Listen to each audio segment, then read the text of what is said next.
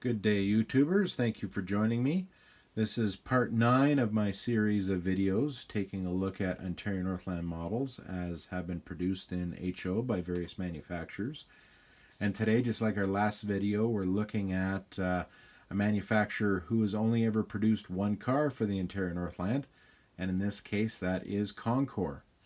So this Con-Cor bulkhead flat car was probably built sometime in the 1980s. I haven't been able to confirm dates, but I'm making that assumption based on how long it's been in my collection and just based on the level of detail and such as can be seen throughout the car. It seems pretty typical of some of the mass-produced cars in the 1970s and 1980s with some very chunky plastic details. In regards to the actual fit and finish of the car, the blue paint scheme there is not too bad a representation of Ontario Northland Chevron blue. The pulp load is interesting. It's just molded plastic. It's very light, but the paint job applied is not too bad, all considered. I think as an Ontario Northland modeler of that era, you were just happy once again to have something in Ontario Northland, like I've said a few times before in my videos now. Now, I thought that I would be talking to you about how terribly inaccurate this model was, but upon review of my reference material, it's not quite as bad as I originally thought. Now, I was thinking that the Ontario Northland only had bulkhead flat cars, similar in style to the car that's in the background here with this very squared off bulkhead.